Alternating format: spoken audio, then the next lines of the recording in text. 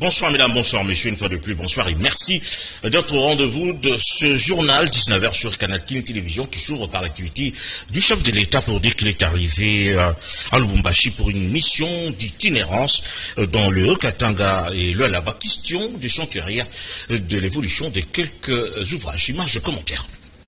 C'est au crépuscule de ce dimanche 1er octobre que le président Félix Antoine Tshisekedi Tshilombo est arrivé à Lubumbashi, capitale économique du pays et chef-lieu de la province du Haut-Katanga. Le Premier ministre Jean-Michel Samaloukonde était à la tête de la longue file d'autorités nationales et provinciales rangées sur les tarmacs de l'aéroport de Luano pour rendre les honneurs au couple présidentiel. Après un bain de foule à la sortie de l'aéroport et au rond-point Carrefour de la part d'une population enthousiaste et mobilisée, le chef de l'État a pris ses quartiers à sa résidence officielle.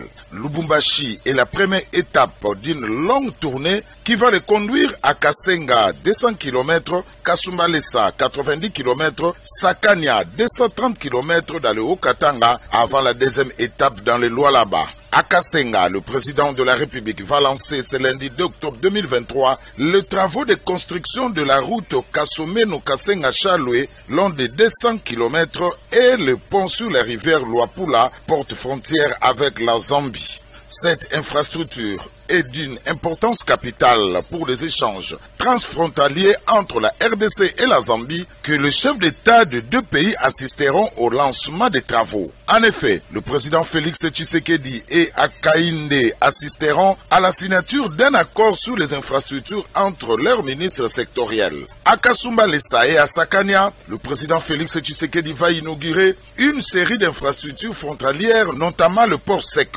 Le président Tshisekedi a prévu de s'entretenir avec la population dans la ville de Kasumbalesa. À l'étape de Kolwezi, dans les Lualaba, la mission d'itinérance du chef de l'État sera marquée par l'inauguration d'une série d'infrastructures publiques et le lancement de la production de l'énergie électrique du barrage hydroélectrique de Busanga. Dans les Haut-Katanga et au Lualaba, le président de la République attend aussi inspecter les différents projets réalisés dans le cadre du PEDEL 145 territoires. La distinguée première dame Denise Nyakero Tshisekedi attend aussi déployer une intense activité au cours de cette mission. Dans une rencontre à Fatima ce lundi, le docteur Denis Mukwege devant une foule nombreuse a finalement annoncé les dépôts de sa candidature à l'élection présidentielle de décembre 2023. Il a dit également c'est pour demain mardi et il estime être les candidats une fois élu, va devoir apporter plusieurs changements à tous les niveaux en République démocratique du Congo. Images, commentaires. La distance et les péripéties très contraignantes de nos routes. Mes chers frères, chères sœurs, chers amis, merci pour la chaleur de vos cœurs et pour votre confiance en la personne de votre serviteur qui se tient devant vous aujourd'hui. Mesdames et messieurs, c'est depuis une dizaine d'années qu'au travers de nombreuses associations et personnalités représentatives de notre très riche diversité, les Congolaises et les Congolais m'exhortent à m'engager davantage à leur côté en me présentant comme candidat à la présidence de la République. C'est ainsi qu'en dépit de leurs ressources très limitées, comme l'a très bien signifié Maman la vice-présidente, nos vaillantes femmes du Congo sont allées jusqu'à se cotiser et me remettre la semaine dernière un montant de 160 millions de francs congolais pour payer la caution de ma candidature écrite par moi. Ensemble, les débauchages des parlementaires en cours de mandat, les interventions des forces étrangères sur le territoire national sans débat ni autorisation du Parlement, la désignation par défi des magistrats de la Cour constitutionnelle. Cette crise existentielle concerne également la prédation de ressources nationales. Pour moi, ce n'est pas les gains émanant du pouvoir qui me motivent, Ma seule motivation est de sauver notre patrie. Ma seule motivation est de redresser notre pays. Ma seule motivation est de relever la dignité de notre peuple. Expert des questions électorales, Norbert Telinde invite les femmes à la magistrature suprême. Elle a déposé leur candidature, devrais-je dire, et cela à quelques jours de la clôture de cette activité. Image commentaire. C'est d'abord aux femmes de saisir l'opportunité, d'être ambitieuses, mais je pense que dans notre réforme, on a mis des dispositions qui tendent à aider la participation féminine dans les listes des partis politiques. Je prends la lecture de l'article 13 qui dit, au terme de la loi, de la présente loi, on entend par liste un document établi par les partis politiques, les regroupements politiques ou les candidats indépendants. Chaque liste est établie en tenant compte de la représentation de la femme et de la personne avec handicap. Alors, on chute par la partie la plus intéressante. La liste qui aligne 50% au minimum de femmes dans une circonscription est exemptée du paiement du cautionnement. Cette disposition est d'ordre général. Quand vous positionnez une dame dans une circonscription à un siège, la liste est exemptée de paiement du cautionnement. Alors, réfléchissons par comparaison. Si l'élection présidentielle, c'est même pas si, puisque l'élection présidentielle est une élection dont la circonscription est de un siège, circonscription unique à travers la République, quand une dame est candidate présidente de la République, ça va de soi qu'elle soit exemptée, cette liste-là, qu'elle soit indépendante ou issue d'un parti politique ou encore d'un regroupement politique, cette liste-là est exemptée du paiement du cautionnement. On a eu dans ces pays aussi des candidates présidentes de la République. À chaque élection, peut-être si je ne me trompe pas, en 2011, il n'y avait pas de candidates féminines à l'élection présidentielle. Mais en 2006, il y en avait, en 2018, il y en avait. Bon, il nous reste encore 6 jours ou 7 jours, ça dépend de la manière dont on compte. Peut-être qu'il y en a encore d'autres qui sont en train de se préparer. Mais si elles ignoraient... Voilà, on poursuit donc cette édition pour dire que c'est désormais officiel. La plateforme politique l'Union Sacrée a consacré puis investi Félix Tshisekedi comme candidat de cette plateforme aux élections de décembre 2023. Image de commentaire. Il ne fait plus l'ombre d'aucun doute.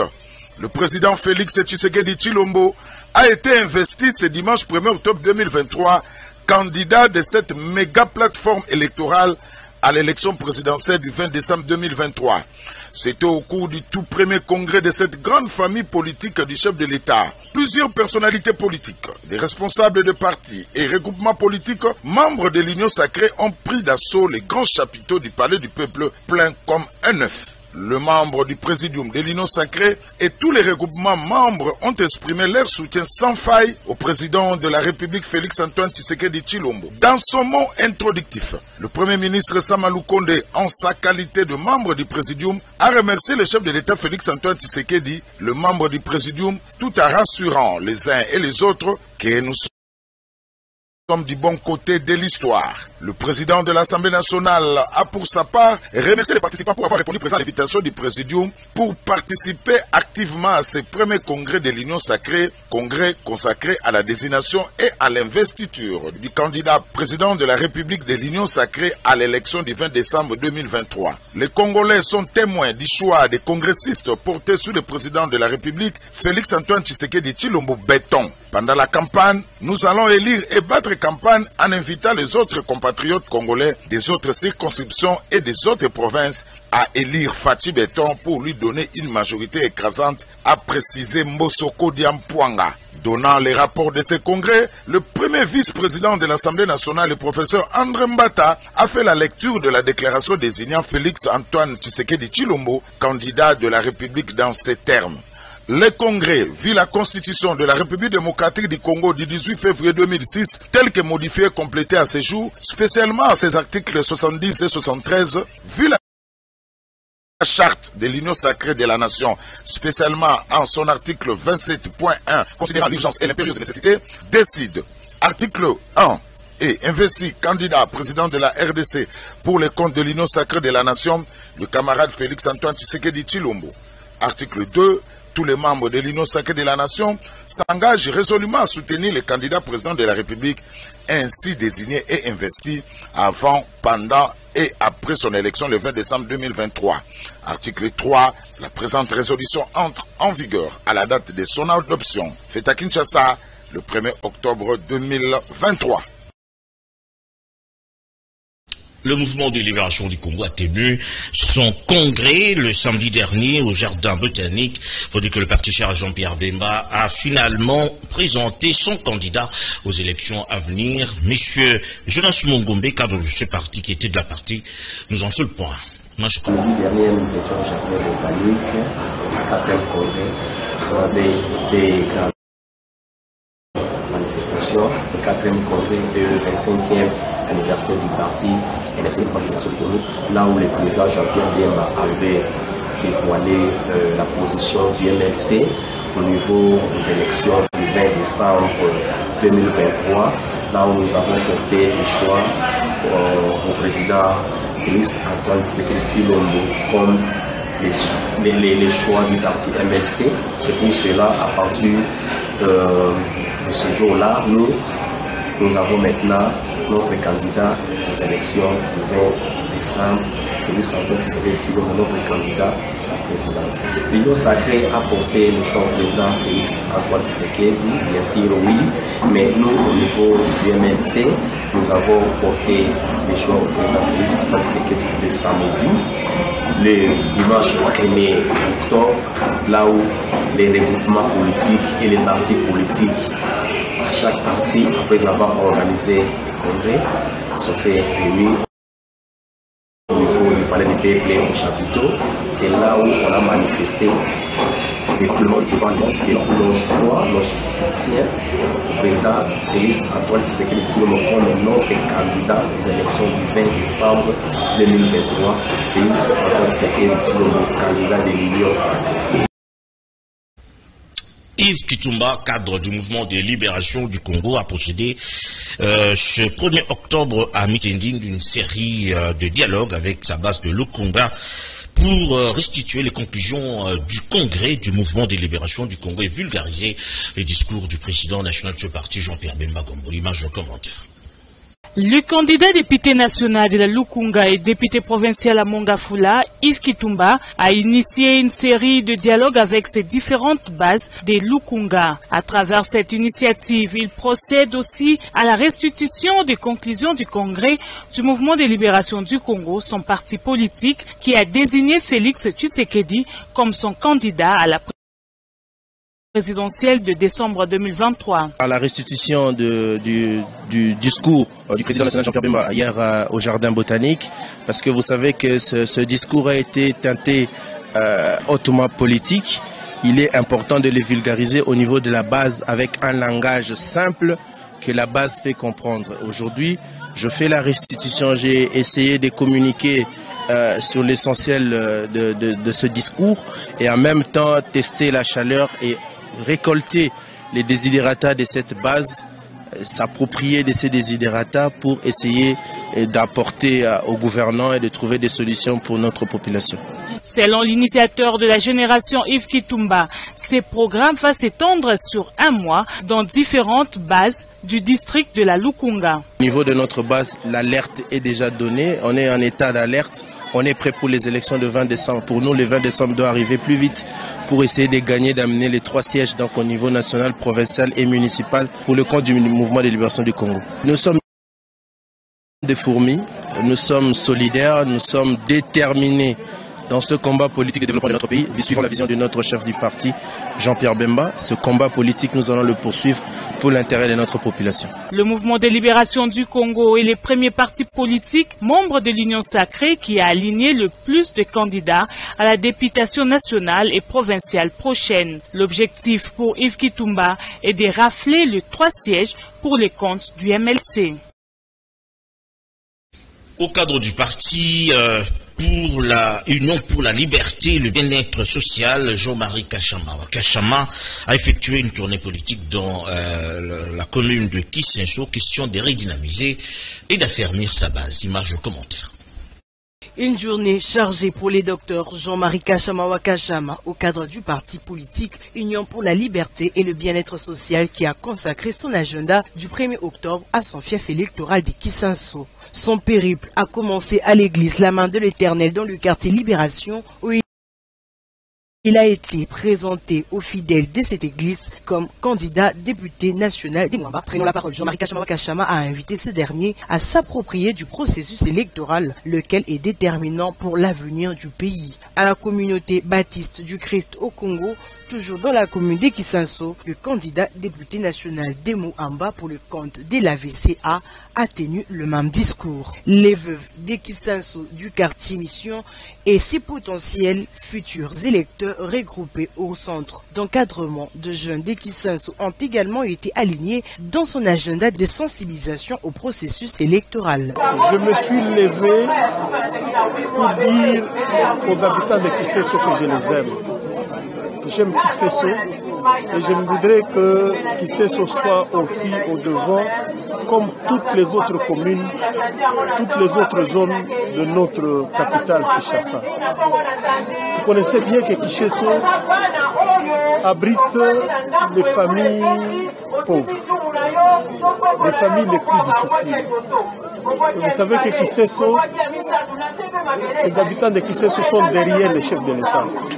Moi, je travaille par rapport à la vision du chef de l'État. Je voudrais porter avec moi tous les habitants de Kisenso pour que nous puissions donner au chef de l'État sa réélection pour le deuxième mandat. Pour que nos enfants, pour que les filles, les jeunes mères, pour que les garçons puissent apprendre les métiers. Considérant dans sa quête politique l'apport des hommes des dieux, c'est donc ici que Jean-Marie Kachama Wakachama achève sa tournée politique avec cet asbel dirigé par des serviteurs des dieux qui ont pris soin de les recommander entre les mains des dieux, lui ainsi que tout son parcours politique. En itinérance à Bandalungwa, Kassavubu et Kalamou. Objectif pour Ndeko Zulu, je suis Funa 2023, d'être en contact permanent avec la population de sa circonscription. Image de commentaire.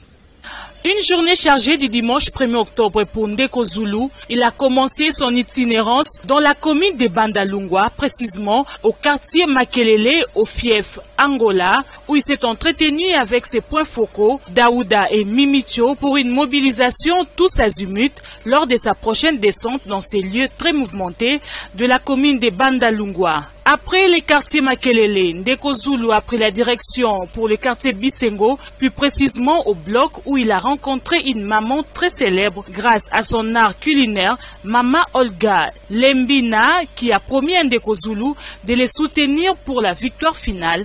Elle a aussi promis au célèbre journaliste et présentateur de l'émission Canal Presse à Canal Kin Télévision qu'elle va battre le rappel des troupes lors de la campagne électorale pour que Ndeko Zulu soit élu massivement dans la commune de Bandalungwa et dans la circonscription électorale de Funa.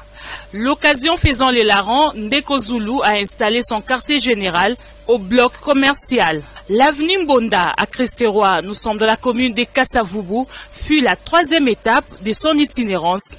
Arrivé sur le lieu, Ndeko Zulu s'est entretenu avec Maman Hélène Bercy, une mobilisatrice reconnue dans ces quartiers qui, à son tour, a promis tout son soutien à Je suis Funa 2023. Le point de chute était à Yolo Sud 2 et 3 dans la commune de Kalamou, sur l'avenue Mokaria. Sur sa demande, Ndeko Zulu est allé rencontrer Maman Valérie qui draine derrière elle des associations des mamans qui ont promis, d'après ses propos, un soutien indéfectible à Je suis Funa 2023. L'entretien entre Ndeko Zulu et Maman Valérie s'est déroulé dans une ambiance bon enfant. Signalant que dans cette itinérance, Ndeko Zulu était accompagné de Charles Luemba et Basine Djabou. La session ordinaire du Conseil économique et social s'est déroulée le lundi 10 octobre. Il faut dire que dans son discours d'ouverture, le président de cette institution, Jean-Pierre Kiwakana, a brossé les tableaux de ce qui a été fait devant plusieurs délégations venues pour la circonstance. Image commentaire. Cette session ordinaire s'ouvre dans un contexte politique particulier de l'histoire de notre pays, marqué d'une part par les élections qui se tiendront au courant du mois de décembre de cette année, et d'autre part par les soubresauts de la géopolitique internationale qui, en toute vraisemblance, amèneront de grands changements qui annoncent un nouvel ordre mondial multilatéral. La session d'octobre est la deuxième et la dernière session ordinaire pour l'année civile en cours. Il est donc tout à fait indiqué pour le Conseil économique et social de faire le point sur les activités réalisées entre-temps et sur celles projetées pour les jours et mois à venir. En effet, depuis la clôture de la précédente session ouverte en avril 2023 jusqu'à ce jour, le Conseil économique et social a déployé plusieurs activités de terrain et des travaux intenses, tant au niveau de ses commissions permanentes et commissions ad hoc, qu'à celui des missions de services, aussi bien à l'intérieur qu'à l'extérieur du pays. Par ailleurs, durant cette intercession, le Bureau a finalisé le toilettage des avis adoptés lors de la session d'avril dernier. Il s'agit de 3 avis ci-après. La moralisation de la société congolaise pour une meilleure protection de la jeunesse par la commission CAC, le projet d'acquisition d'un satellite de télédétection pour l'observation de la Terre en RDC, contribution du Conseil économique et social par la commission SIAT, la mobilisation des fonds verts pour le climat en faveur de la RDC, un impératif pour ce pays solution. Tout vote de nature à créer des classes des citoyens marginalisés pourrait provoquer des frustrations portant en eux les germes de la désunion. Le Congo a besoin du concours de tous les Congolais pour se redresser. Les bonnes élections reconnues et acceptées par tous renforceront l'État congolais et ses institutions pour le bien de tous les Congolais. Le Conseil économique et social appelle tous les candidats à tous les niveaux à faire preuve d'un sens de responsabilité élevé et à se distinguer par un profond respect des institutions, des électeurs et de la République. La population du territoire de Bumba, à Mongala, par l'entremise du coordonnateur de la société civile de la RDC, Gilles Mangili, informe le président de la République, Félix Antoine Tshilombo Tshisekedi, que les 2 bus Transco donnés au territoire de Bumba ne sont pas arrivés à destination. Cette population voudrait également voir clair par rapport au projet 145 territoires. Image commentaire. À la province de la Mongala, dans le territoire de Bumba, la population est sortie dans la rue et mettait sa pression pour réclamer les bus Trasco que le gouvernement central a doté les habitants de cette province, dont la répartition a été faite de la manière suivante. Le territoire de l'Issala, 2 bus, celui de Bongandanga, 1, le territoire de Bumba, 2 bus. Il s'observe que les bus des territoires de l'Issala et de Bongandanga sont arrivés à la destination. Malheureusement, les 2 bus Trasco alloués pour le territoire de Bumba jusque-là ne sont pas encore arrivé. Ces véhicules de transport en commun à Bumba auraient pris une autre destination, d'où la colère et la sortie dans la rue des jeunes électeurs de Bumba, appuyés par la société civile de la RDC, afin que les 2 bus soient sans délai retrouvés et restitués à la population du territoire de Bumba. Le gouvernement central avait remis 5 bus pour la province de la Mongala, mais les 2 de Bumba ne sont pas arrivés jusqu'ici. La population est passée à de multiples questionnements. Les nôtres arriveront quand? Il n'y a pas une suite favorable. C'est que ces 2 bus lui soient remis dans un bref délai. En second lieu, la population de Bumba se sont écartées du méga projet de 145 territoires du président de la République du fait que les travaux n'ont pas été lancés, moins encore commencés, et les PNUD chargés pour l'exécution des 10 travaux ne fait aucun signe. Les 2 bus la population de Bumba ne sont pas arrivés. Et le méga projet du chef de l'État de 145 territoires, rien n'est fait à Bumba. Et au besoin que l'IGF, qui est censé réglementer les choses, puisse venir dans les territoires de Bumba, s'enquérir de cette situation. La population du territoire de Bumba demande au président de la République Félix Antoine Tshisekedi Tshilombo de s'investir personnellement pour que le début Trasco arrive à Bumba et instruire afin que les go des travaux de 145 territoires soient donnés également à Bumba comme ailleurs. On reste dans le même registre pour dire que le gouverneur de la province de Mongala, Maître César Limbaya, est vivement invité à justifier la destination de ces 2 bus transclos dont le gouvernement de la République. Nous, plus de jeunes intellectuels et consciencieux de Bumba, sommes descendus sur le riz de la cité verte de Bumba dans le cadre d'une marche conformément aux dispositions de l'article 26 de la Constitution de notre pays, afin de revendiquer et demander ce qui suit au président de la République, chef de l'État, premier citoyen congolais, d'instruire au ministre national des ITPR la résiliation immédiate et sans condition du contrat avec le programme des Nations Unies pour le développement fini dans le sigle, dans le cadre de l'exécution des travaux du programme de développement local à base de 145 territoires.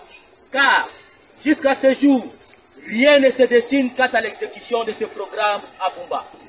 Au gouverneur de la province de la Mongala, de nous indiquer où se trouvent les 2 bis Trasco du gouvernement central, lesquels vous les avez déjà réceptionnés il y a quelques mois passés, et que les 3 bis, dont 2 de l'Issala et 1 de Bongandanga, sont déjà en activité au chef-lieu de la province de la Mongala, dont Issala. Ainsi, nous, la Ligue des jeunes intellectuels et consciencieux de Bumba, n'accepterons plus jamais, alors jamais, les traitements discriminatoires des 2 poids et 2 mesures. Son Excellence, Monsieur le gouverneur de province, comment expliquer à la même circonstance vous avez réceptionné 5 bis Trasco pour la province de la Mongala du gouvernement central? Est-ce que jusqu'à ce jour, 4 mois passés, le 2 bis Trasco de Bumba ne se retrouve plus? En un mot, où sont nos 2 bis Trasco? Wapi ba bis na biso mibale ya Bumba?